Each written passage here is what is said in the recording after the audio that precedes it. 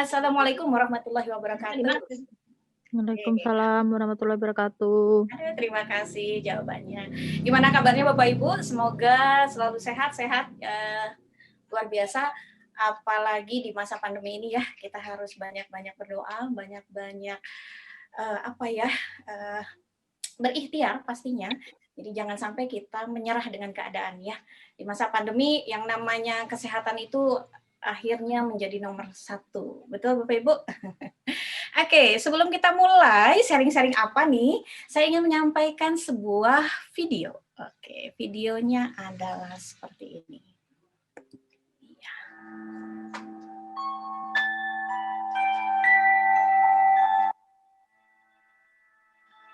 What will your last 10 years look like? Will you be quick enough for a game of tag with your grandchild? Strong enough to embrace every moment?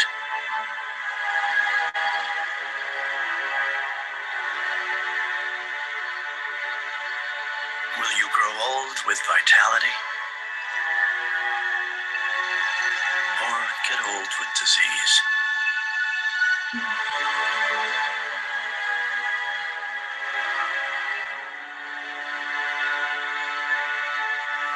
It's time to decide. The average Canadian will spend their last 10 years in sickness. Change your future. Oke. Ya.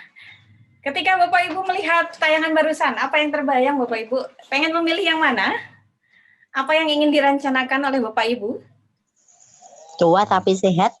Sehat. Tua tapi sehat. Wih, asik banget ya Bu ya. Sebentar ini nextnya. Punya passive income. Wih. Oke. Berarti kita harus memilih, betul Bapak Ibu? Punya rencana dong. 10 tahun terakhir kita pengen apa? Apakah pengen sakit atau pengen sehat ya Bapak Ibu ya? Pengen udah ngumpulin uang tapi ujung-ujungnya sakit, dikasihin juga ke rumah sakit ya. Atau kita sudah mengumpulkan uang sambil menikmati gitu ya. Oke, Bapak Ibu ini yang ingin saya sampaikan. Gagal merencanakan sama dengan merencanakan gagal. Boleh nih Bapak Ibu nih, boleh di screenshot nih ya. Boleh di screenshot, boleh juga diulang-ulang nih apa nih maksudnya? Gagal merencanakan sama dengan merencanakan kegagalan. Maksudnya gimana gitu? Semua butuh rencana, betul Bapak Ibu? Untuk pengen 10 tahun terakhir kita pengen sehat, pengen sukses, butuh rencana. Oke, apalagi di masa pandemi. Saya kasih analogi sedikit ya Bapak Ibu.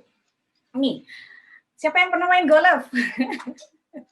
Saya pernah main di di game gitu ya. Tapi pernah waktu itu ke Jepang nyobain sekali-kali. Aduh, malu-maluin ya. Cuma pengen pegang aja gimana rasanya ini. Oke, tidak usah berbicara tentang itu. Pemain golf ini, kalau misalnya kita pengen memukul bola sticknya, itu akan mengarah kemana Bapak Ibu? Nah, pasti ke sebuah lubang, goals-nya. Ujungnya pengen apa gitu ya. Nah, ketika si pemain sepak bola jadinya ya, pemain golf ini mengarahkan, bergeser saja 1 atau 2 derajat, cuma gitu ya. Bagaimana ujung akhirnya Bapak Ibu? Kebayang ya? Kebayang ujung akhirnya akan berbeda jauh. Untuk membayangkannya, Bapak Ibu bisa membayangkan sebuah busur derajat ya. Kita ada di titik di tengah. Kemudian ketika bergeser 1 derajat, ujungnya akan berbeda jauh. Nah, ini kepake banget ketika bermain golf. Bergeser sedikit, ujungnya tidak akan sampai. Biasanya kita dalam hidup ini pengen apa Bapak Ibu? Pengen sukses, betul? Kayak tadi ya, pengen sukses. Di akhir usia pengennya sukses. Apalagi Bapak Ibu? Pengen sehat. Oke. Bersama saya, Iis Holisoh, sebagai guru, pegawai negeri sipil, sekaligus terapis juga. Selama 60 menit ke depan, kita akan berbicara bagaimana cara mudah untuk sukses sekaligus sehat. Oke. Stay tune ya, Bapak Ibu ya. Oke. Ya. Bapak Ibu, yang namanya orang sukses, ini ada ininya ya, ada paradigma biasa, paradigma umum, belum sukses nih ya. Yang umum itu biasanya orang pengen apa Bapak Ibu? Kalau saya anak-anak, yuk sekolah yang tinggi, udah sekolah yang tinggi, nanti cari kerja, udah cari kerja, biar dapat uang Bapak Ibu penghasilan. Wih, uangnya datang ke dolar ya, terbang. Terus biar apa? Rencana masa depan bisa terwujud.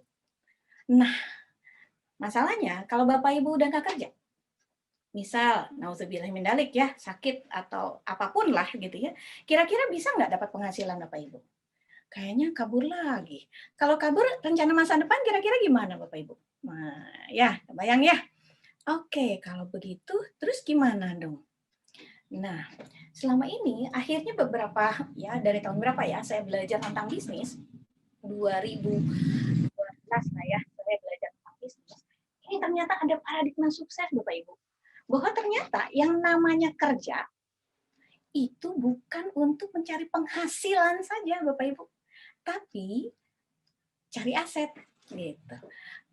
Aset biar dapat penghasilan, akhirnya rencana masa depan bisa. Ketika kita tidak bisa kerja, aset ini bisa menghasilkan buat kita. Nah, asik apa asik banget Bapak Ibu? Nah, makanya kenapa ya orang berlomba-lomba jadi yang namanya pegawai negeri ya? Karena ada pensiunnya katanya. Tapi ujungnya berapa ya Bapak Ibu ya? Apakah biasanya kalau orang yang sudah pensiun lebih menikmati, berbahagia, atau malah masih kurang juga ya? Biasanya orang pensiun itu sengaja ngumpulin uangnya dan akhirnya ujung-ujungnya merencanakan bisnis. Tapi saran dari saya, segera rencanakan dari sekarang. Kenapa? Karena gagal merencanakan sama dengan merencanakan kegagalan. Bapak Ibu, kalau Bapak Ibu pengen sukses, tadi ya, bola dilambungkan untuk nanti masuk ke sebuah goals bahwa Bapak Ibu pengen sukses. Rencana Bapak Ibu untuk sukses seperti apa sekarang? Sudahkah pekerjaan kita saat ini sudah mendekati ke arah lubang kesuksesan itu atau malah melenceng atau jauh gitu ya? Oke, ini untuk kesuksesan ya Bapak Ibu. Tapi apa artinya kesuksesan kalau kitanya sakit? Seperti tayangan yang tadi ya, tayangan tadi yang pertama saya sampaikan. Bapak Ibu kalau kita udah ini kerja nih dari muda kerja wah segala macam, ngumpulin uang segala macam, ditumpuk sana sini. Ternyata di umur 50 tahun, di umur 60 tahun, ternyata malah kita sakit. Dikasih sakit diabetes, makan di porsi Bapak Ibu. Dikasih stroke, nggak bisa jalan-jalan Bapak Ibu. Dikasih apa lagi? Penyakit jantung, aduh Masya Allah ya. Dikasih sakit apa-apa, banyak penyakit. Bahkan kalau gitu gimana dong Bu, Pak? Kita niat pengen sehat, tapi gitu ya, kok gini ya gitu. Pengen menikmati hidup, tapi kok gitu, sambil sakit. Yang tadinya sukses keuangan banyak, kira-kira habis tersedot nggak Bapak Ibu? Habis. Habis, betul Bu. Makanya kalau gitu kita harus punya rencana, selain sukses, harus sehat. Betul Bapak Ibu? Betul. Oke, nah kalau sehat berarti kita harus mikir, kenapa ya, apa sehat itu lawannya sakit? Apa nih penyakit-penyakit yang membuat kita nanti di umur sekian itu, di masa tua nanti, biar kita nggak terserang penyakit itu. Dan ternyata Bapak Ibu, di sini disampaikan 10 penyebab kematian tertinggi di Indonesia tahun 2014. 10 Bapak Ibu. Dan setelah dibaca, ini 9 itu penyakit semua Bapak Ibu. Dan cuma 1 itu tentang kecelakaan lalu lintas. Berarti kalau kecelakaan kan kita nggak bisa menghindari secara ini ya, itu sudah takdir. Kalau penyakit Bapak Ibu, masih bisa kita upayakan nggak? Masih bisa kita rencanakan nggak nih? Atau malah kita merencanakan pengen sakit ya? Apa gitu? Apa yang ada di otak kita, di benak kita, perencanaan apa supaya kita tetap sehat Bapak Ibu? Bagaimana caranya supaya kita tidak terkena stroke? Bagaimana caranya supaya jantung kita sehat? Bagaimana caranya supaya diabetes, kita nggak kena diabetes nih ya. Kemudian TBC, hipertensi, pernafasan, apalagi sekarang di masa pandemi seperti ini Bapak Ibu. Apa yang sudah Bapak Ibu persiapkan untuk Bapak Ibu sendiri? Oke, Bapak Ibu kayaknya nggak butuh karena imunitas bagus. Oke, pikirkan anak. Anak Bapak Ibu. Sanggupkah mereka dengan imunitas yang tinggi? Pikirkan lagi orang tua. Yang masih ada orang tuanya. Bagaimana di masa pandemi ini? apa usaha ikhtiar kita, rencana kita untuk menjaga kesehatan mereka masih tetap prima. Imunitas masih tetap meningkat. Sehingga virus itu tidak bisa menyerang ke kita. Tadi kata Pak Sandi, sekarang sudah terlalu banyak orang yang sudah kena ya. Dan makin ke sini saya mendengarkan makin banyak orang yang terkena COVID-19 ini. Gitu ya. Dan ini adalah virus Bapak Ibu. Virus tidak bisa mati. Saya ulangi, virus tidak bisa mati. Terus gimana caranya?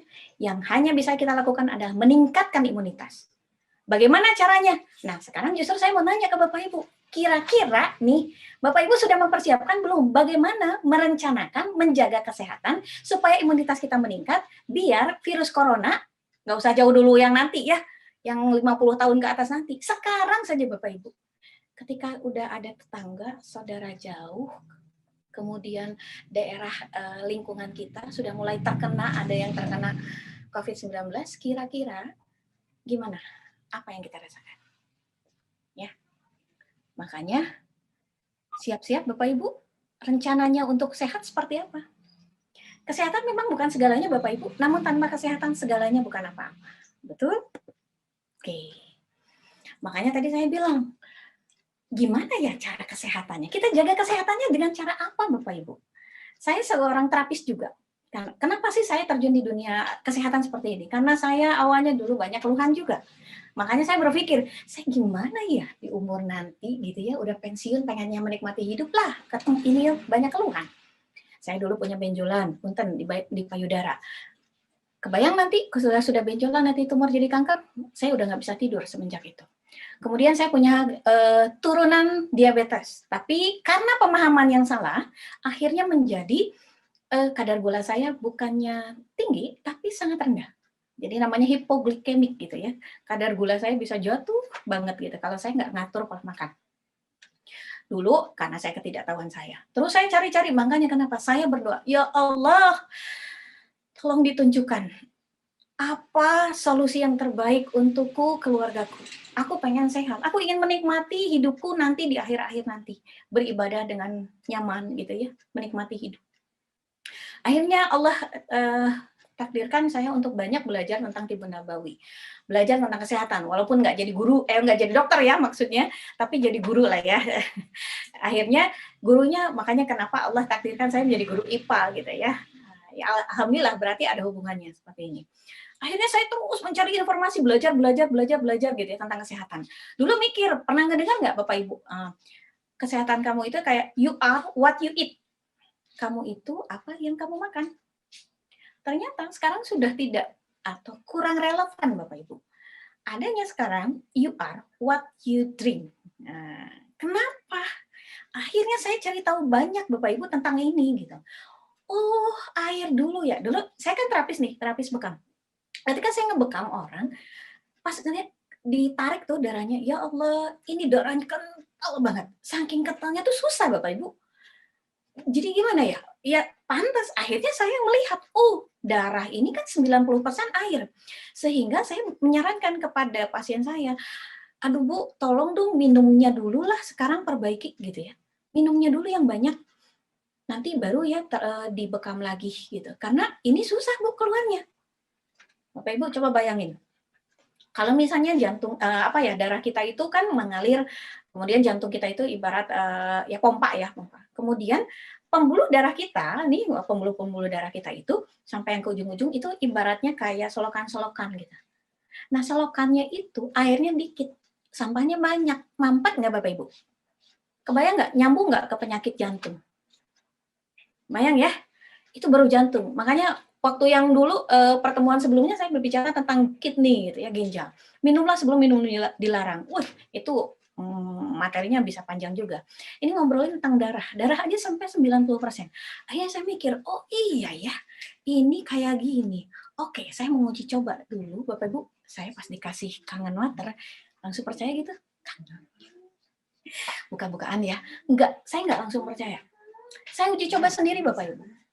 Saya nggak mau dong ngasihin ke orang lain, tapi saya nggak yakin. Ketika saya uji coba, oke, saya mau minum deh. Minum kangen water ya, 1 gelas. nggak ada efeknya. Mohon maaf ya, dulu saya sombong banget, ampun gitu ya. Karena yang mengajak saya itu ya anak muda gitu ya. Aduh, mohon aplaus yang luar biasa buat Kang Ahmad Ridwan gitu ya. 6A yang luar biasa ya, sponsor saya. Nah, beliau menawarkan produk kesehatan ke terapis. Kebayang dong kita yang nih. Kemudian dari umurnya juga beliau lebih ini gitu ya, lebih muda. Jadi ketika kebayang Bapak Ibu, saya begini nih ya. Bayangannya seperti itu. Jadi ketika oke, saya nyobain Kang. Oke, saya minum 1 gelas, 2 gelas, 3 gelas. Enggak ngefek Bapak Ibu. Karena saya sudah terbiasa dengan herbal, dengan terapi hijamah. Jadi kok nggak ngefek gitu. Akhirnya apa Bapak Ibu? Saya harus minum sesuai ini. Bu, Ibu minumnya segini. Oke, saya minum. Berapa sarannya? Oh iya ya, dengar iklan nih, korban iklannya. 8 gelas. Oke, saya minum 8 gelas. 1, 2, 5, sampai 7, 8 gelas. Baru di situ saya ngerasain. Oh, ini bedanya. Mohon maaf, BAB saya hari itu sampai 4 kali Bapak Ibu. Padahal pola makan sama kayak kemarinnya. Berarti terus besoknya bilang 3 kali, besoknya lagi 2 kali, besoknya lagi lancar. Dari situ saya uji coba 1 bulan Bapak Ibu. Saya merutinkan minum Kangen Water selama 1 bulan full, dan itu Masya Allah reaksinya Alhamdulillah usus ya jauh lebih bersih. Nanti Bapak Ibu boleh tanya ke pengundangnya ya, ada gambar usus yang biasanya kotor-kotor itu ternyata yang dibersihkan. Padahal dulu saya makan buah-buahan, sayuran gila banget gitu ya, tapi ternyata tidak menjadi ini gitu ya. Ternyata kalau airnya kurang masih tetap tidak optimal ya. Oke. Jadi gimana Bapak Ibu? Sudah mulai merencanakan bagaimana pengen sehat? Karena gagal merencanakan sama dengan merencanakan kegagalan. Pengen sehat, oke Bapak Ibu, bisa nggak ngatur pola makan? Ayo Bapak Ibu, ada yang bisa mengatur pola makan? Saya mah rajin, Teh Iis, Bu Iis. Saya makannya cuma buah-buahan doang, sayuran doang, nggak pernah makan yang gorengan seblak, ini enggak gitu ya. Ada yang sanggup Pak Bu? Saya mau ini gitu ya. Angkat jempol banget. Kalau saya kadang masih pengen gitu ya. Terus kalau nggak pola makan, oke. Olahraga Bapak Ibu. Siapa yang jago olahraga terus-terusan setiap hari? Nggak tiap hari lah, seminggu 2 kali gitu ya. Terus rajin segala macam, menjaga kesehatan, segala macam. Ada yang sanggup Bapak Ibu? Kalau ada saya mau ngasih jempolnya, kalau bisa 4 Bapak Ibu, ini 10 boleh. Kalau saya punya gitu ya. Masya Allah luar biasa. Dulu saya, dipikir-pikir. Dulu sih sempat ya jadi atlet, cuma udah kesininya kan udah jadi emak-emak rada banyak alasan gitu ya. Mikir lagi nih, makan nggak bisa, nggak diatur. Terus olahraga nggak bisa. Oke, suplemen. Saya dulu suplemen. Sekali makan kadang 11 kapsul. Ya, herbal gitu segala macam. Lama-lama bosan Bapak Ibu. Terus apalagi ya pola pikir stres. Aduh nggak bisa Bapak Ibu. Saya orangnya wah luar biasa lah. Dari situ mikir, ini apa lagi ya? Pengen mencari cara yang paling mudah, menyamankan, bisa jangka panjang, enak, dan nggak lupa Bapak Ibu. Kebayang Bapak Ibu? Sudah mulai kebayang seperti apa?